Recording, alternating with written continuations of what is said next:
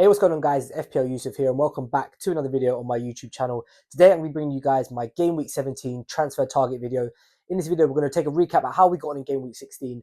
I'll show you guys what I'm thinking about my transfer plans. We'll take a look at what my watch list is looking like for this upcoming game week, and also the team that I've selected for Game Week 17. So I do hope you guys enjoy this video. If you do, please don't forget to drop a thumbs up and subscribe down below.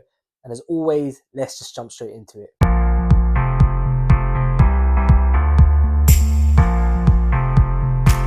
Okay, welcome back, guys. Thank you so much for being here with me today on my YouTube channel for another video. So before I get into this one, I just want to apologize if my voice sounds a little bit different. I really am a little bit under the weather at the moment. So I'm going to try and get this video up for you guys as quickly as I can. So apologies on the delay on time, but also if my, the sound and the voice sounds a bit different. So let's take a quick little recap about how we got in Game Week 16. And it actually was a fantastic game week and almost a game week that what could have been. So we finished on 82 points. So we got a massive green arrow up to about 480k, which is, a huge jump from where we were. We were just inside, I think, the top million, like about 600, 700k before this game week. So we really did take a big rank increase. And like I said, it's almost a what if, because there were a few things that actually, on another day, if they had gone our way, would have been huge. So we'll take a look at how the team got on. In goal first, we had Donnarumma, 7 points. I'm really glad I didn't actually take him out for Jordan Pickford in the end. So we decided just to keep Donnarumma for a couple more weeks till we get to game week 18, then we'll make that change. He obviously did get the clean sheet and get save points as well. Onto the defence, Trevor Chalobah, again, another one that, again, I was potentially looking to get rid of. Glad I didn't. 9 points for him. He's been really, really good for me whenever I've had him this season. And Chelsea, joint most clean sheets this season so far with 8. So, they are ticking over quite nicely. The Arsenal defence, this is one of the first bits that I feel like were really unlucky. They lost the clean sheet in the 90th minute. Hincapié got 4 points. Timber went back down to 2. So I felt a little bit hard done by that, especially against Wolves of all teams. It's like, they're bottom of the table. You'd expect Arsenal to have a routine 2-3-0 game. It didn't turn out like that at all. But yeah, obviously the Arsenal clean sheet getting wiped out right at the very death, which was very unfortunate. Then we come on to the midfield where we got massive points. So we'll start off with the two underperformers. Declan Rice, only 2 points against Wolves. We're going to have to talk a little bit about him going forward. Bruno Guimaraes, only 1 point against Sunderland. Now, I knew the Sunderland game would be difficult. I didn't actually think Newcastle would win this game, hence why I benched Dan Burn, who we're going to come on to in a bit. But yeah, overall, I think for me, them two, they're nice placeholders, but maybe we need to start looking at getting players who are maybe have a little bit more attacking threat and a little bit more upside. On to the three that actually did fantastically well. Phil Foden, another double-digit haul for him, yet again, 11 points.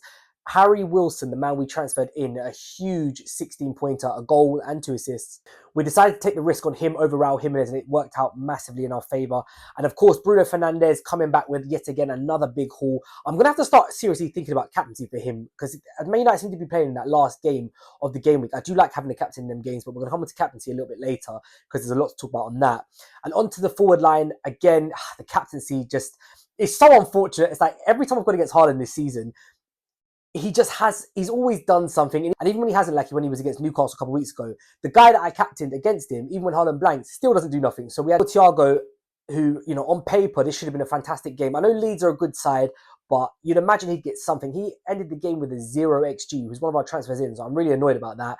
Erling Haaland, though, 13 points, doing what he does best, just continuing to score, which does make me realise I think the captaincy needs to just stay on him or between Bruno Fernandes. So we're going to talk a little bit about our captaincy later on, but that is how we got on for this game. We 82 points, like I said, 480k rank, so we got a nice green arrow.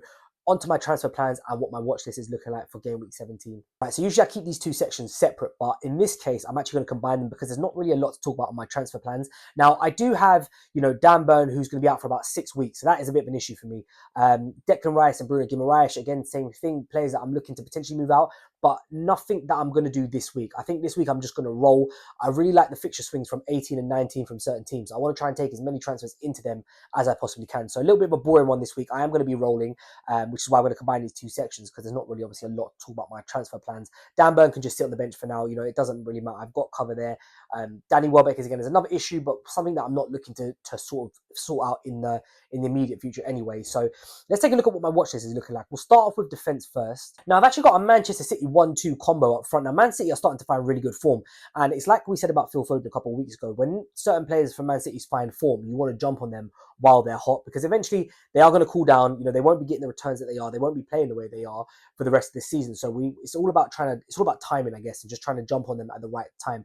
So I've gone for Ruben Diaz at number 1. I've gone for Josko Gvardiol at number 2. I think these two are Man City's main centre backs. And the thing about them is, when Man City keep a clean sheet, more often than not, they are actually ended up in DEFCON points. Now, I don't think Manchester City are, that good of a defense that you'd probably want to double up on them. Obviously, a lot of people are going to be investing in the likes of Nico O'Reilly, Mateus Nunes as well. But for the price that these two are at, I do think that they could offer quite high upside. They've got a little bit of attacking threat from set pieces.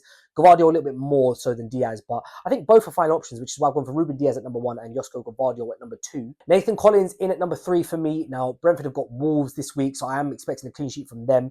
Nathan Collins for me is just a little bit better than Sepp Vandenberg. Now, he's a little bit more expensive, yes, but I think, you get more of a guarantee of DEFCONs, but also he's got a little bit more goal threat as well.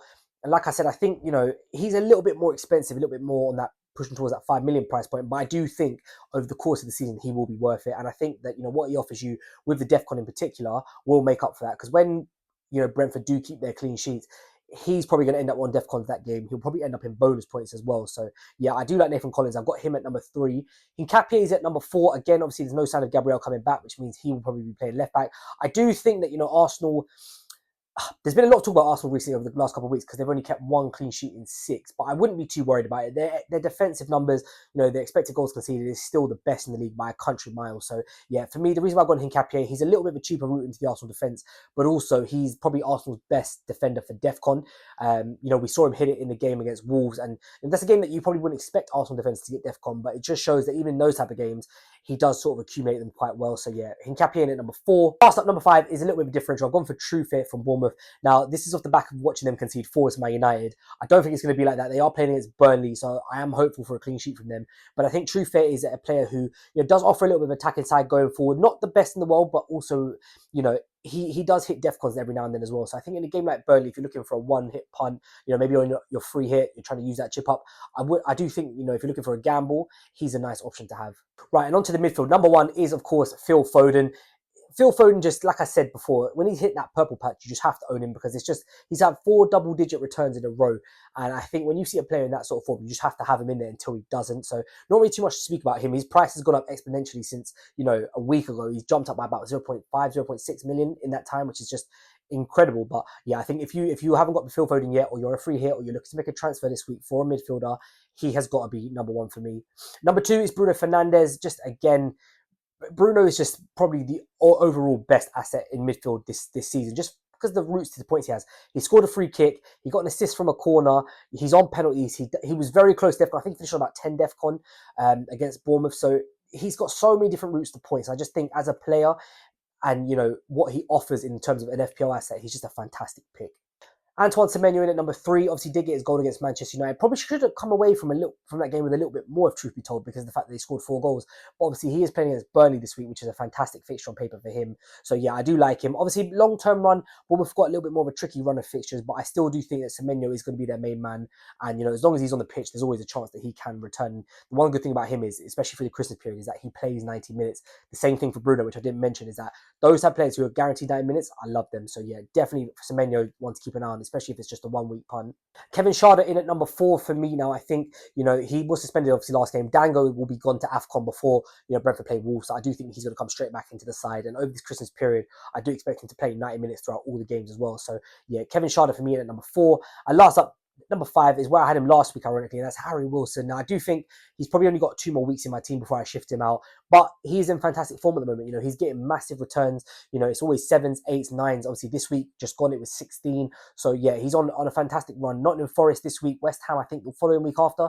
So, he's got another 2 good fixtures. So, if you are looking to buy it, it's not too late. Jump on him now. He's still fairly low, and I think at the time we record this, he's still under 10%. So, yeah, still a little bit of a differential, and somebody that every time Fulham look like they're going forward, he looks like he's going to have a part to play in it. On to the forwards now. Erling Haaland and Igor Thiago are 1 and 2, of course. We won't really talk too much about them. Haaland, just unequivocally number 1. Igor Thiago with Wolves this week now. I know we said the same thing about Leeds last week, so I probably won't be captaining him this week, but I still do think it's a fine fixture for him. I've got Ekitike number 3 now. I'm gutted that I didn't bring him in last week because we spoke about him and I had him in my top 5. For me, especially as we start to get towards game week 17, 18, 19, this is why I'm trying to save transfers. Liverpool have got a really nice run of fixtures where they play Wolves, they play Leeds. They are looking like they're starting to find a little bit of form going forward. Obviously, Mo Salah will be gone to AFCON now, so that leaves the right wing spot, which hopefully means a little bit less rotation. And I think Ekitike just proved that right now he's just a better asset than Isak. And I don't think you can really drop him for Alexander Isak when he's on this type of scoring run. So yeah, I'm going to wait and see how he progresses over the next sort of 2 weeks before Liverpool hit that nice run. But if he's still starting and he's still getting good minutes, he will definitely be coming into my team for that. Number 4 and number 5 were really hard. There's not really a lot of strikers that I'm looking at this moment. So I've got Mateta in at 4 and Evan Nilsson at number 5 now. Mateta, his minutes are always a risk, no doubt about that. But he obviously does have upside. He's on penalties. When he does score, usually he ends up in bonus points. Evan Nilsson, same thing. Is not really a prolific striker, even though he actually ironically scored against Man United. But it just shows that, 4 goals in that game. You see the difference between Evan Nilsson and Haaland. If that was Erling Haaland, you'd imagine that 2, 3, dare I even say 4, all of those goals are going to be from him. Evan Nilsson, you're kind of always just thinking, he might get one, he might get an assist, but it's never really consistent enough for his price point. So I've got him at number 5, but that's only because the striker pool is really, really poor at the moment. I think after this game week goes past, Igor Thiago is going to be another conversation to have to maybe drop all the way down and boost the midfield and defence up. Right, so let's take a look at what my early team is looking like for Game Week 17. Like I said, I probably won't be making any transfers this week unless, an injury crops up during midweek. But as long as it doesn't, then this will be what my team is looking like. So we'll start with Donnarumma in goal, West Ham at home. Again, he's just going to be in my team until we get to Game Week 18, I believe, where Jordan Pickford goes on a nice run. So yeah, he's fine. We're going to continue with the double Arsenal defence. I think Everton are without Jack Grealish. They're going to be out. It looks like they're going to be without Dewsbury Hall. Iliman Ndiaye's gone to AFCON, so I think they really will lose a lot of creativity in that midfield. So I am hoping for a double Arsenal clean sheet in that one. Chris Richards, I'm going to put in here. Now, I do think Leeds, especially Leeds when they're at home and Crystal Palace are going away, is a very tricky game. So I'm not really expecting a clean sheet from Crystal Palace this week, but I am hoping that Chris Richards can, continue to do what he's done all season. That is rack up DEFCON. So yeah, that is the back 3, double Arsenal defence. Chris Richards, obviously Donnarumma in goal. Then we come on to the midfield. Exact same 5 as the week just gone. Bruno Fernandes, Bruno Guimaraes, Phil Foden, Harry Wilson and Declan Rice. All of them on paper have got decent-ish fixtures. Bruno Guimaraes against Chelsea at home might be a little bit more of a tricky one. But yeah, I think, in this game, I'm hoping he's going to get DEFCON for it. And like I said before, a couple of weeks ago, that Bruno Guimaraes in these type of games does usually crop up with a goal or an assist. So hopefully we can see him with some attacking returns. And obviously, when he's at St. James's Park, it's just so much more of a boost to put him in the team. Bruno Fernandes going away to Aston Villa. Of course, we're just going to keep him in there. Same thing for Phil Foden, West Ham at home. He's not going anywhere. Declan Rice going away to Everton. Same thing, 90 minutes guaranteed. So most of my midfielders are sort of really good for minutes, and obviously Harry Wilson, Nottingham Forest. They are coming off the back of a very good win against Tottenham Hotspur, so maybe one to be cautious on. But I think with the form Harry Wilson's showing at the moment, I just think that he just has to start. If Fulham are looking like they're going to score anything, it's going to be through him. So yeah, that is what my midfield is looking like. And again, same thing for the forwards. It's going to be exactly the same. Erling Haaland and Igor Thiago. I will not be making the same mistake this week. I will be captain Erling Haaland. There is an outside shout at Phil Foden, but I just think for me, Erling Haaland, I went against him last week. I went against him the week before. I'm not doing that again. So he will be on the captaincy at the time of recording this. And also Igor Thiago will be the second striker alongside him. Okay, thank you guys so much for watching this video. If you have enjoyed it, please don't forget to drop a thumbs up and subscribe down below. Like I said, I apologize if my voice sounds like a bit nasally and a little bit different. I'm really suffering with a cold at the moment. So yeah, I will try and get this video up as quickly as I can for you guys. I'll be back probably either Wednesday evening, Thursday morning with an FPL challenge. And of course, on Friday, we'll have our final team selection video where we go through everything in detail. So thank you all so much for watching this video. If you have enjoyed it, like I said, please don't forget to drop a thumbs up and subscribe down below. And I'll catch you guys next time.